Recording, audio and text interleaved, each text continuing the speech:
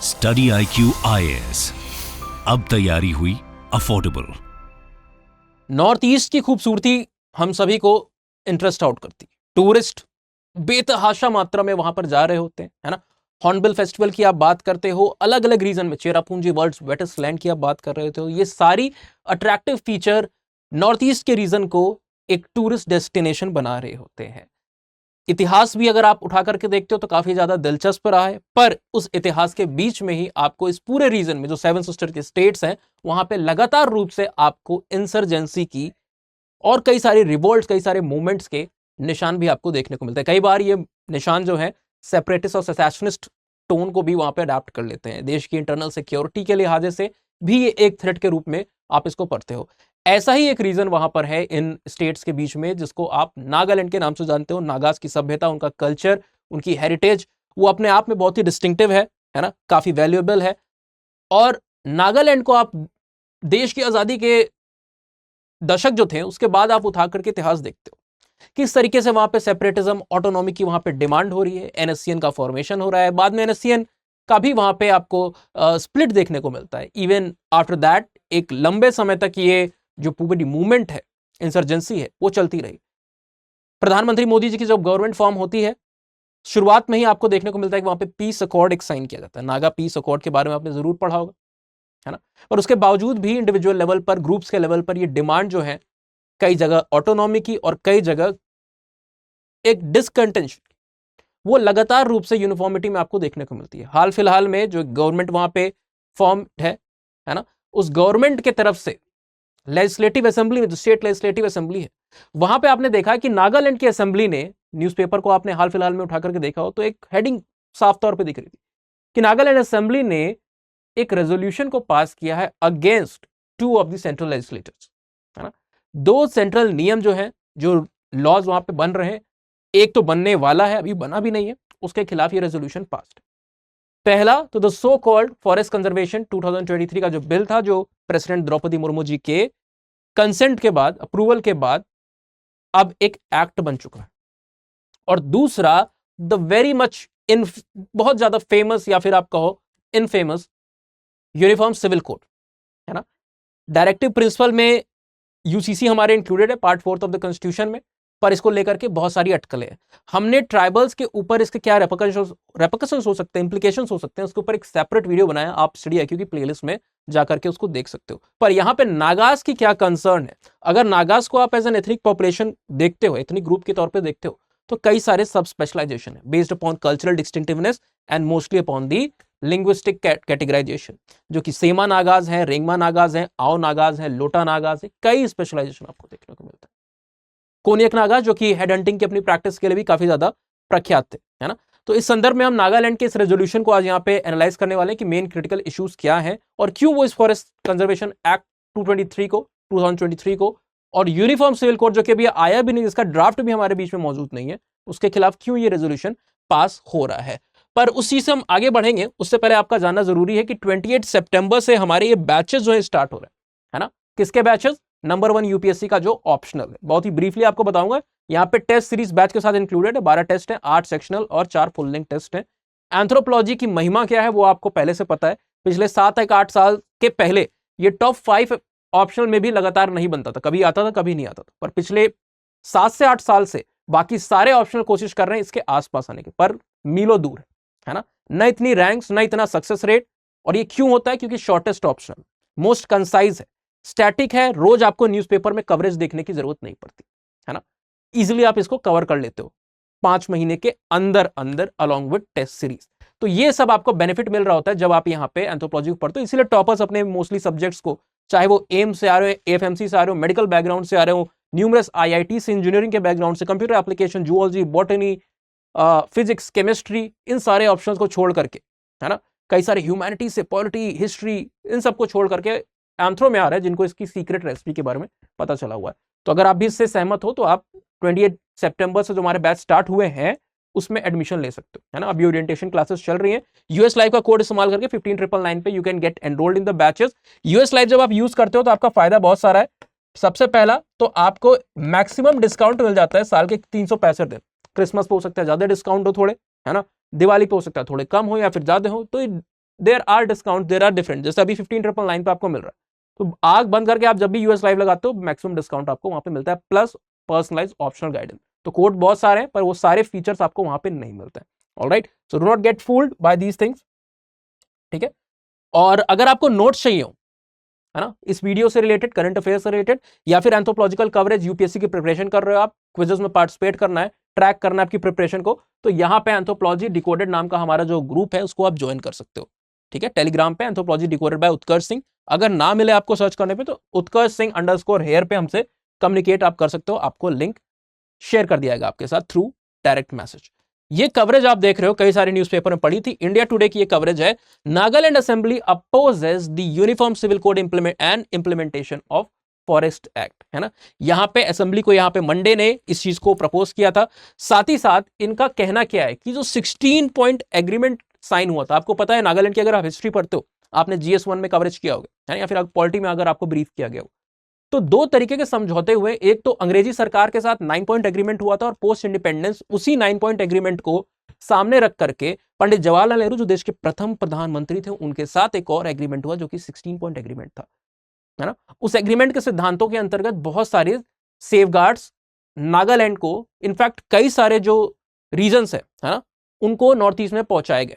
16 point का यहाँ पे जो वक्फ है वो किसके साथ है, नागालैंड के साथ, है ना। और इसीलिए आप देखते हो 371A के अंतर्गत में नागालैंड के पास स्पेशल फीचर्स हैं। अगर 371A को पढ़ते हो तो वहां पे साफ साफ दिया हुआ है कि किस तरीके से regional and socio cultural autonomy, कई लेवल पे पॉलिटिकल ऑटोनॉमी नागालैंड के पास है ना।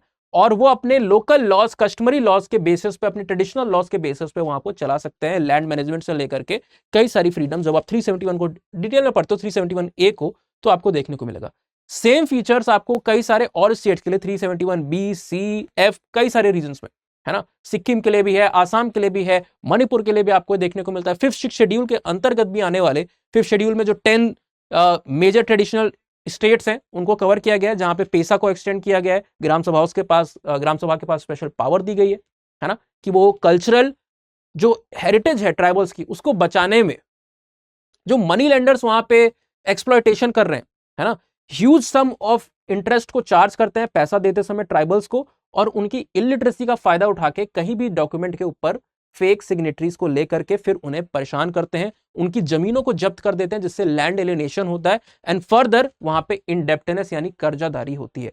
इससे बॉन्डेड लेबर यानी बंधुआ मजदूरी टाइप के हालात भी आपको देखने को मिलते हैं।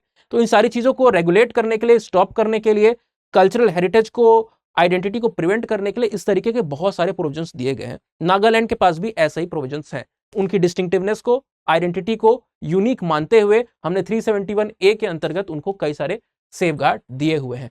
अब नागालैंड की जो असेंबली है उसका ये कहना है, स्टेट असेंबली आप देख रहे हो बहुत ही खूबसूरत है, मैंने पर्सनली यहां पे देखा हुआ है, दीमापुर से लेकर कोहिमा से लेकर बहुत सारे, जुलेकी से लेकर के बहुत सारे जो रीजन्स हैं, इसको मैंने पर्सनली वहां पे विजिट किया हुआ है। खासकर वो समय जो सबसे बेहतर होता है नागालैंड को विजिट करने के लिए, दिसंबर जनवरी वाला। हॉर्नबिल भी आप देखते हो दिसंबर में आपका हो रहा है ना, इंटरनेशनल टूरिस्ट भी उसको देखने के आ रहे होते हैं, और जनवरी का टाइम फ्रेम, है ना, बेस्ट टाइम टू विजिट है। आपको बता दूं कि इनर लाइन परमिट की आपको जरूरत पड़ती है whenever you are entering the Naga territory. पहले तो दीमापुर का जो इंडस्ट्रियल रीजन है वहां पे, उसको छोड़ करके बाकी रीजन्स में आपको ILP की जरूरत पड़ती है, पर अब शायद इफ आई एम करेक्ट तो आपको दीमापुर के अंदर में भी इस ILP एज अ डॉक्यूमेंट की जरूरत पड़ती है when you are travelling there, है ना। अगर आप आर्टिकल 19 में देखते हो तो आपको आर्टिकल 19 के अंदर में आपको मूवमेंट और सेटलमेंट की आजादी दी गई है ना, कि आप कहीं भी, पूरी कंट्री आपकी है, आप मूवमेंट कर सकते हो, सेटलमेंट कर सकते हो, पर रीजनेबल रिस्ट्रिक्शंस वहां पे लगा दिए गए हैं अंदर सेक्शंस में, जो कि आपको कुछ एरियाज में आपकी सेटलमेंट को और ये जो मूवमेंट है उसको रिस्ट्रिक्ट करते हैं। ऐसे ही रीजन की वहां पे बात हो रही होती है, ठीक है। तो जिसलिए इन्होंने वहां पे इस पूरे, देख रहे हो कि आप किस तरीके से, किस लिए इन्होंने इस चीज को अपोज किया है, उसको हम यहां पे बेसिकली समझ लेते हैं। जब हम यूसीसी की बात करते हैं, है ना, जब आप यूसीसी की बात करते हो, यूनिफॉर्म सिविल कोड, जो कि पार्ट 4 ऑफ द कॉन्स्टिट्यूशन में आपको देखने को मिल रहा है, डायरेक्टिव प्रिंसिपल के अंतर्गत आता है, और कई सारे जो ग्रुप्स हैं उनका एक कमिटमेंट है कि यूसीसी को लाना बहुत ही जरूरी है देश के लिए, क्योंकि ये देश में इक्वालिटी ना सिर्फ सोशल जस्टिस के लेवल पे, बल्कि जेंडर के बेसिस पे भी एक न्यूट्रलिटी, इक्वालिटी को स्टैब्लिश करेगा। जो कई सारे ऑर्थोडॉक्शियल ट्रेडिशनल नॉर्म्स हैं, इनको डिमोलिश करके एक प्रोग्रेसिव वे में यूनिफॉर्म लॉस को वन नेशन वन लॉ के प्रिंसिपल पे आगे लेकर के जाएगा। तो कई सारे पर्क्स इसके, कई सारे सोशल सेंटर्स, पॉलिटिकल सेंटर्स बताते हैं, पर ट्राइबल्स के लिए मेजर कंसर्न है। जब भी हम यूसीसी को इवेल्युएट करते हैं तो एक खामी क्या रह जाती है कि हम इसको हिंदू वर्सेस मुस्लिम के एंगल पे देख रहे हैं, पहचान रहे होते हैं, और कभी भी ट्राइबल एस्पेक्ट को वहां पे हम कवर नहीं कर रहे होते हैं। लास्ट वीडियो को अगर आप देखोगे तो हमने डिटेल में यूसीसी का इंप्लीकेशन ट्राइबल के ऊपर कवर किया हुआ है। आप देख रहे हो कि ट्राइबल्स के जो नेचर है ना, उनकी जो डिस्टिंक्टिवनेस है, सोशो कल्चरल आइडेंटिटी है, एक तो जियोग्राफिकली आइसोलेटेड है, शाइनेस ऑफ कॉन्टैक्ट है किससे, मेनलैंड पॉपुलेशन से, इंटरफेरेंस वो नहीं चाहते हैं। उनका रिलीजन मेनलैंड पॉपुलेशन का रिलीजन में अंतर है, मेनलैंड पॉपुलेशन हिंदुज्म, क्रिश्चियनिटी, इस्लाम और भी कई सारे रिलीजन जो यहाँ पे एज ए माइनॉरिटीज प्रेजेंट है उसको प्रोफेस कर रही होती है, जबकि ट्राइबल्स के बीच में आपको एनिमिज्म, एनिमेटिसिज्म, शरनाइज्म, एक फॉर्म का नेचुरलिज्म जो है वो आपको देखने को मिल रहा होता है ना। इस तरीके के प्रिमिटिव रिलीजन जिनको कहा जाता है कॉलोनियल्स द्वारा, वो आपको प्रोफेस करते हुए देखने को मिलता है। अभी शरनिज्म के अराउंड जो डिबेट हुई थी उसको भी हमने कवर किया, वीडियो देख सकते हो प्लेलिस्ट में हमारे, ठीक है। प्लेलिस्ट का लिंक आपको कहाँ मिल जाएगा, अगर आपको नहीं मिलता है चैनल पे तो आप एंथ्रोपोलॉजी डिकोडेड बाय उत्कर्ष सिंह टेलीग्राम पे सर्च करके या फिर इंस्टाग्राम पे उत्कर्ष सिंह _हेयर पे मुझसे मांग सकते हो आप, ठीक है। तो यूसीसी में दिक्कतें क्या आएंगी कि ट्राइबल की ऑटोनॉमी, उनकी डिस्टिंक्टिवनेस और वो जो इनका अलग सा कल्चर है, रिचुअल जो अलग से है। आप देखते हो मेनलैंड के बीच में रिलीजन का डिफरेंस तो मैंने बता दिया आपको कैसे ट्राइबल से अलग है, पर मैरिज और बाकी कस्टम जो है, यहां पे आपको मोनोगैमी, पॉलीगैमी, मोनोगैमी यूजुअली देखने को मिल रही है, ट्राइबल्स के बीच में पॉलीगैमी है, उसमें भी पॉलीएंड्री, पॉलीजिनी भी है, ठीक है।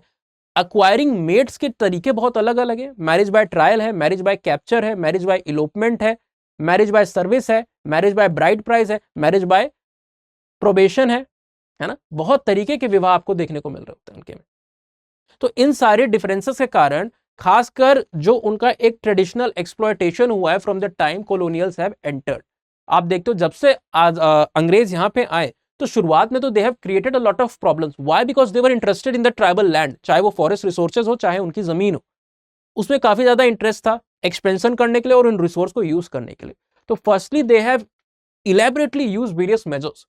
1839 के समय में वो ठगी एंड डकैती एक्ट को लाते हैं और उसके तहत कुछ ग्रुप्स को कहते हैं कि दीज आर हैबिचुअल ऑफेंडर्स। खासकर सुपरिटेंडेंट की रिपोर्ट आती है और कहती है कि मीनास जैसी ट्राइब जो आजकल आईएएस के एग्जामिनेशन में अपना परचम लहरा रही है, उसको कहते हैं कि ये कुछ हैबिचुअल ऑफेंडर्स हैं, यानी प्रायः ये जानबूझ करके गैर कानूनी एक्टिविटीज को करते हैं, क्रिमिनल एक्टिविटीज को करते हैं, है ना। अब आप नॉर्मल लॉज को तो ले आ नहीं सकते उनके ऊपर, कैसे रेगुलेट करो इन चीजों को, है ना। आपको चाहिए कि उनकी जमीन आप हथिया लो, उनके रिसोर्सेज को आप हथिया लो, पर ऐसा कैसे करोगे आप, है ना। इसके लिए आपको कोई बेसिस चाहिए होगा कि आप बुरे भी ना बनो और आपका काम भी हो जाए, है ना। सांप भी मर जाए और लाठी भी ना टूटे, ये वाला काम आपको वहां पे करना होता है। तो सब्सिक्वेंटली जो 1860-61 में आईपीसी सीआरपीसी आती है, उसके प्रोविजंस को बेटर यूज करने के लिए they have designed a special act called criminal tribe act of 1871। 1871 में क्रिमिनल ट्राइब एक्ट आता है और सब्सिक्वेंटली आधे दर्जन अमेंडमेंट्स आते हैं देश की आजादी तक, है ना। और जिसके बेसिस पे बहुत सारा मार्जिनलाइजेशन ट्राइबल्स का होता है। Even for that matter forest acts को लिया जाता है, कंजर्वेशन पॉलिसी को लाई जाती है। फॉरेस्ट एक्ट 27 के तहत आप देख रहे हो किस तरीके से फॉरेस्ट ऑफिसर्स स्ट्रिक्टनेस को लेते हैं। रिजर्व फॉरेस्ट में बहुत सारी स्ट्रिक्टनेस वहां पे हो जाती है, ग्रेजिंग मना हो जाती है। Specially section 64 and 70 of the 1927 forest act आपको उठाकर देखते हो तो वहां पे arrest without a warrant, and section 70 के अंदर में क्या आपको देखने को मिल रहा है कि 1871 के कैटल ट्रेसपासर्स एक्ट के तौर पे आपके कैटल जो है, जो आप जानवर जो है उसको सीज कर लिया जाएगा, जिससे उनका घर चलता है, ट्राइबल्स का इकोनॉमी चलती है। सब्सिक्वेंटली भी उनके माइनर फॉरेस्ट प्रोड्यूस जो है, नॉन टिम्बर जो मटेरियल है, उसके ऊपर जो उनके राइट्स है, हनीज है, गम्स है, बहुत सारी चीजों को जंगल से लेकर के आते हैं, उसको यूज करते हैं। Even for medicinal purposes, medicinal plants वहां पे होते हैं कई सारे, है ना, तो उसका भी वो यूज कर रहे होते हैं। तो इन सारे के ऊपर राइट्स जो होते हैं उनके डी रिकॉग्नाइज किए जाते हैं, छीन लिए जाते हैं। इस तरीके के कई सारी एट्रोसिटीज उनको देखनी पड़ी है ना। मनी लैंडर्स को वो इंटीग्रेट कर देते हैं ट्राइबल एरियाज में, मिडिल मैन को वहां पे करते हैं। उससे क्या होता है, जो हमने अभी डिस्कस किया शुरुआत में वीडियो के, लैंड एलिनेशन, इनडेप्टनेस की प्रॉब्लम आ रही है, बॉन्डेड लेबर की प्रॉब्लम आ रही है ना। उनके ट्रेडिशनल इंस्टीट्यूशन में डिक्लाइन आ रहा है, कल्चरल लॉस हो रहा है, बहुत सारी प्रॉब्लम्स देखने को मिलती है। Even womens were forced to enter prostitution, है ना। इन सारी चीजों को सेफगार्ड करने के लिए कॉन्स्टिट्यूशन ने ये माना, जैसे आप रिजर्वेशन देखते हो, SC ST OBC ये सारे रिजर्वेशन है, इसका आइडिया क्या है कि ट्रेडिशनली जो डिसएडवांटेज सेक्शन है, जो मार्जिनलाइज सेक्शन है, जिसने हिस्टोरिकल इनजस्टिस को सहा है, उसके लिए आप ऐसे प्रोविजंस को इनैक्ट करो जिससे आप ये जो ब्रिज बना हुआ है, ये जो खाई है, असमानता है दो ग्रुप्स के बीच में, उसको आप कम कर सको, एक समय पे ऐसे पे ले आओ कि वो ऑलमोस्ट डिमिनिश या नेग्लिजिबल हो जाए। ठीक है, इसके तहत आपने अलग अलग कॉन्स्टिट्यूशनल एक्ट और रेमेडीज को, स्कीम्स को, प्रोग्राम्स को आते हुए देखने को मिला। आप भारत का संविधान उठाते हो तो कई सारे जो आपको राइट मिले हुए उसमें एक्सेप्शन लगाया गया।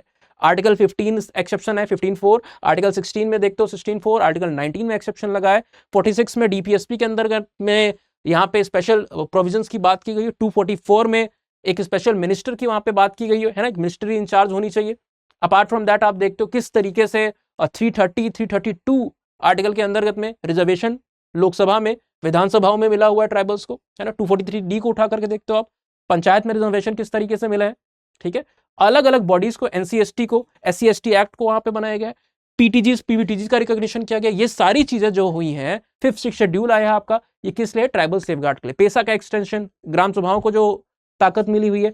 अब नागालैंड का क्या कहना है कि ऐसे ही प्रोविजंस के तहत जब आर्टिकल 371A के अंतर्गत उनके पास जो सेफगार्ड है वो क्या होंगे? नलीफाइड हो जाएंगे जब आप इस यूसीसी को यहां पे इंप्लीमेंट करोगे। उनके जो कस्टमरी लॉज हैं, उनके जो कायदे कानून है ना, संविधान ने कहा कि ठीक है आपका डिस्टिंक्टिव कल्चर है और ये बहुत ही टर्मोइल एरिया है, आपकी डिमांड रही है उसको हम रिकॉग्नाइज करते हैं, आप अपने लोकल रूल्स के हिसाब से चलो, आपकी जो कस्टमरी प्रैक्टिसेस है। आप देखते हो ट्राइबल्स या प्रिमिटिव सोसाइटी के बीच में जो रूल्स रेगुलेशन लॉज होती है वो हमारी तरह नहीं है, वो कोडिफाइड रिटन नहीं है। ऐसा नहीं है कि आईपीसी के सेक्शन में ये, सीआरपीसी के सेक्शन में ये, सिंपल फॉर्म ऑफ लॉज हैं और ओथ और डील्स पे यूजुअली बेस कर रहे होते हैं। थोड़ा इवॉल्व जहां पे हो जाते हैं वहां पे थोड़े रेगुलेशंस आ जाते हैं कि क्या सजाएं होंगी और वो उनकी बॉडी ही डिसाइड करती है। तो सरकार ने, हमारे संविधान ने उनको ये राइट दिया है कि आप सेल्फ रेगुलेट करो, regional autonomy, socio cultural autonomy दी हुई है। ठीक है, इनका यह मानना है कि यूसीसी आएगा तो इनकी regional autonomy, socio cultural autonomy जाएगी और साथ ही साथ इनका कल्चरल इरोजन वापस से शुरू हो जाएगा जो कि हिस्टोरिकली होता आया है और इनकी मांग इसलिए यहां पे देखने को मिली। ये पहला पॉइंट आपको देखने को मिलता है। नाउ दूसरा, ऑल्टरनेटिवली सेकंड चीज यहां पे क्या आपको देखने को मिल रही है कि जो फॉरेस्ट कंजर्वेशन बिल यहां पे आया था 2023 का, जिसे लोकसभा राज्यसभा ने अराउंड 6 अगस्त से पहले पहले नोट दे दिया था और फाइनली प्रेसिडेंट साहिबा ने भी, जो कि खुद एक संथल कम्युनिटी, एक जो ट्राइबल पॉपुलेशन है, one of the 3 largest tribal population की आप बात करते हो इंडिया में, भील, संथल एंड जो आपका गोंड्स है ना, उनमें से एक ट्राइब को बिलोंग करती है। ट्राइबल की आशाएं बहुत ज्यादा उनसे लगी रहती है क्योंकि वो देश की मां मुहिम है ना, तो उन्होंने भी इस चीज को नोट दे दिया था। अब इसमें प्रॉब्लम क्या है? अब ये जो, अब तो ये एक्ट बन गया, अब ये बी नहीं, अब ये यहाँ पे एच हो चुका है, यानी कि फॉरेस्ट कंजर्वेशन एक्ट ऑफ 2023 बन गया है। इसमें जो कुछ प्रोविजंस है वो बहुत ही ज्यादा, आप कह सकते हो, दुविधाजनक है ना, प्रॉब्लम्स को राइज कर रहे हैं, not amongst the tribal only but even among the naturalist, जो कई सारे लोग हैं, जो एनजीओज हैं, वो भी इस चीज को हाईलाइट कर रही है। उनका क्या कहना है कि आपने एक लिटरल मीनिंग ऑफ फॉरेस्ट जो है ना, उसको आपने डी रिकॉग्नाइज कर दिया और आप क्या कह रहे हो कि जिन फॉरेस्ट एक्ट जो अंग्रेजों के दौरान पे आया हुआ था 1927 में या फिर 1980s तक, या फिर जो गवर्नमेंट रिकॉर्ड में आपको देखने को मिलता है, जिन जगहों को, जिन एरियाज को टैग किया गया हो ऑफिशियली एज फॉरेस्ट, है ना, जिनको क्लासिफाई किया गया, नोटिफाई किया गया हो, सिर्फ उन्हीं को आप फॉरेस्ट वहां पे मानोगे और उन्हीं का कंजर्वेशन वहां पे हो पाएगा।